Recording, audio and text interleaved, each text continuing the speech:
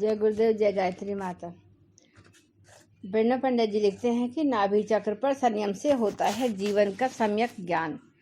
जीवन जितना दृश्य है वह बस स्वतः ही सामान्य कलेवर भर है। इसे देखने पर परिचय तो प्राप्त होता है, लेकिन इसके आधार पर सत्य को परिभाषित नहीं किया जा सकता। सत्य को समझने के लिए गहरे उतरने की जरूरत है। अंतर यात्रा विज्ञान के प्रयोगों व प्रक्रियाओं को अधिक प्रगाढ़ व परिपक्व करने की आवश्यकता है। इनकी गहराई बढ़ने के साथ ही परत दर परत नए नए सत्यों का सामना होता है। जीवन की चेतना की नई नई परतें खुलती हैं, नए द्वार, नए आयाम खुलते हैं जो स्पष्ट करते हैं कि दृश्य के पीछे अदृश्य सच्चाई कहीं अधिक महत्वपूर्ण है।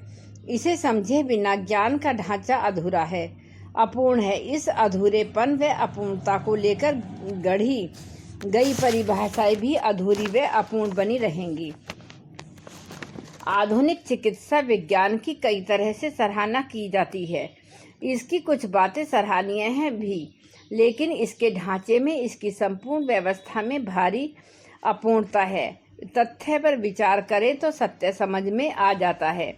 आधुनिक चिकित्सा शास्त्र के विद्यार्थी अपना सारा ज्ञान मृत शरीर के आधार पर अर्जित करते हैं। हालांकि अपने इस अर्जित ज्ञान को वह आजमाते जीवित शरीर पर हैं। मृत शरीर जैव ऊर्जा, प्राण ऊर्जा, विद्युत चंबकीय ऊर्जा, मानव ऊर्जा एवं भाव ऊर्जा के विविध आरोह अवरोध से रहित होता है, जबकि जीवित शरीर इन सभी से पूर्णतः परिणत होता है।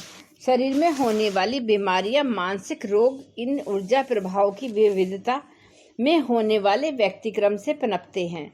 यदि चिकित्सक में इन सभी को के सम्यक ज्ञान का अभाव है तो उसकी चिकित्सा अपूर्ण ही तो कही जाएगी। योग विज्ञान में तारे व नक्षत्र जीवन के ऊर्जा की विविधता के विभिन्न केंद्र हैं। इनका ज्ञान होने से न केवल जीवन को सही ढंग से जाना जा सकता है, बल्कि उसका सम्यक रीति से सदुपयोग भी किया जा सकता है। उदाहरण के लिए, जिन्होंने अपनी आँखों में जीवन केंद्र को संपोषित किया है, वे अगर किसी तरह देख ले तो ऐसा लगेगा जैसे आशीष बरस गए हों। ऐसे व्यक्ति के देखने के साथ से सामने वाला व्यक्ति आनंद से भर जाता है। उसकी दृष्टि से जीवनदायी अमृत बरसता है। इसी क्रम में महर्षि पतंजलि नाभि केंद्र के महत्व को प्रकट करते हैं। नाभि चक्र पर संयम संपन्न करने से शरीर की संपूर्ण संरचना का ज्ञान प्राप्त हो जाता है। बड़ा ही महत्वपूर्ण सूत्र है यह। नाभि संपूर्ण शरीर का केंद्र है। इसी के द्वारा व्यक्ति को मां के गर्भ में पोषण मिलता है। गर्भ के 9 महीनों में केवल नाभि केंद्र द्वारा पोषण पाकर बच्चा जीवित रहता है। अपने गर्भकाल में बच्चा नाभि के माध्यम से जुड़ा रहता है। यही उसके जीवन का स्रोत व सेतु होता है। जन्म के बाद नाभि केंद्र से जुड़ी रज्जु काट दी जाती है। जब बच्चा अपनी माता से अलग होकर अपना स्वतंत्र अस्तित्व पाता है, जन्म के बाद इस नाभि केंद्र की महत्ता समाप्त हो जाती है। ऐसा नहीं है, इसका महत्व तो यथावत बना रहता है, परंतु लोग इसके सदुपयोग की बातें भूल जाते हैं। अंतरयात्रा विज्ञान में योग के साधना क्रम में नाभि केंद्र पर संयम करके शरीर संरचना का ज्ञान पाया जाता है। शरीर की संरचना जितनी जटिल होती है उतनी ही रहस्यपूर्ण। बहुत कोमल व नाजुक होता है मानव शरीर। इसमें लाखों लाख कोशिकाएं एवं हजारों नसनाड़ियां होती हैं। इन सभी की बड़ी सम्यक, विचित्र व स्वचालित व्यवस्था है। आधुनिक युग के वैज्ञानिक समुदाय ने बड़ी जटिल यंत्र व्यवस्था का निर्माण कर लिया है, लेकिन यदि इसकी तुलना शरीर से की जाए तो वे कुछ भी नहीं हैं। भविष्य में ऐसी कोई संभावना भी नहीं है कि मानव निर्मित कोई ऐसी यंत्र व्यवस्था हो जाएगी जो इतना सकुशल से स्वचालित व्यवस्था के अंतर्गत कार्य कर सके। सचमुच मनुष्य का शरीर प्रकृति का सबसे बड़ा चमत्कार है, जो अनवरत 80 साल तक, 100 साल तक, यदा कदा इससे कहीं ज़्यादा भी अपने आप क्रियाशील रहता है।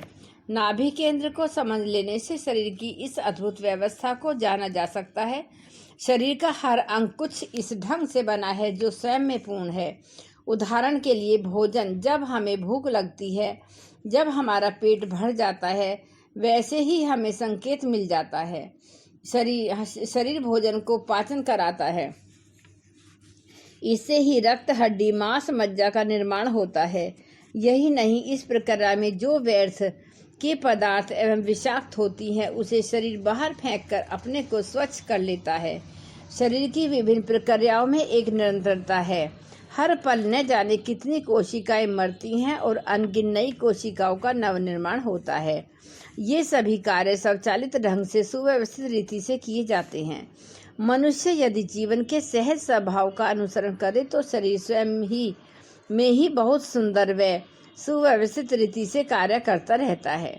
नाभि केंद्र के द्वारा शरीर की न केवल स्थूल संरचना को बल्कि सूक्ष्म संरचना को भी जाना जाता है।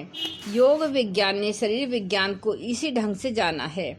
योग का शरीर विज्ञान अंतर्यात्रा विज्ञान से प्रकट हुआ है। इसे किसी पोस्टमार्टम के आधार पर नहीं जाना गया। वैसे भी मृत व्यक्ति का सच जीवन व्यक्ति के सच से पर्याप्त भिन्न होता है। योग में अंतर्जगत के माध्यम से शरीर विज्ञान की प्रक्रियाओं का जाना गया है। योग के द्वारा शरीर विज्ञान को जीवन की जागरूकता और होश के माध्यम से आविष्कृत किया है। यही वजह है कि अनेकों बातें ऐसी हैं जिनकी बात योग करता है। आधुनिक शरीर विज्ञान उससे सहमत नहीं है, क्योंकि आधुनिक शरीर विज्ञान मृत व्यक्ति की लाश के आधार पर सारे निर्णय लेता है, जबकि योग विज्ञान का सीधा संबंध जीवन से है। बात विचार करने की है। विद्युत प्रवाह जिस समय तार से होकर गुजर रहा है, उस समय यदि तार को काटा जाए तो वह अनुभव अलग होगा, लेकिन यदि विद्युत प्रवाह तार से नहीं गुजर रहा हो, उस समय तार के कटने से पर अनुभव अलग होगा। इन दोनों अनुभवों में पर्याप्त भिन्नता होगी। मुर्दा शरीर की चीरफाड़ बड़ी आसानी से की जा सकती है। जीवित शरीर की चीरफाड़ इस तरह से संभव नहीं है, क्योंकि इस तरह की चीरफाड़ हुई तो शरीर मर जाएगा।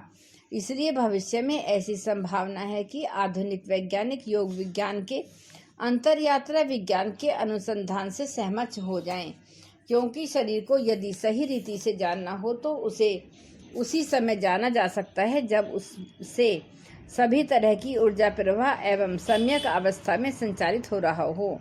यह सत्य केवल स्वयं में उतर कर जाना जा सकता है।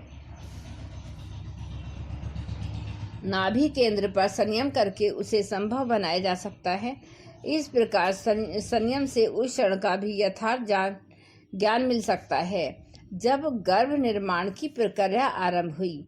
उस क्षण के बाद से शरीर के विकास की निरंतरता, अंग अवयव का निर्माण, ऊर्जा प्रवाहों की विविधता, इसमें आने वाले व्यक्तिक्रम, व्यक्ति रेख, फिर उनके समाधान, सभी कुछ का ज्ञान संभव है। इतना ही क्यों, नाभि चक्र को यदि सही ढंग से सक्रिय व संचालित कर लिया जाए तो शरीर फिर से प्रकृति से पोषण पा सकता है। तो जीवन के सत्य को जानते हैं योग विद्या अंतर्यात्रा विज्ञान का अनुभव है। उन्हें यह भी पता है कि नाभि चक्र सबसे पहले जीवन का, जीवात्मा का जन्मदायिनी माता से परिचय कराता है, उससे पोषण की व्यवस्था जुटाता है। यह बात अलग है कि जन्म लेने के बाद हम सभी इसका महत्व भूल जाते हैं, परंतु बाद में जो इसका महत्व पहचान लेते हैं, जो नाभि चक्र पर संयम की विधि जान लेते हैं, वे पुनः माता से परिचय पा लेते हैं।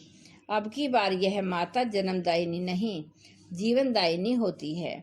इसे स्वयं प्रकृति कहें या आदि माता अथवा आदि शक्ति, नाभि चक्र के माध्यम से जीवन का पोषण करने लगती है।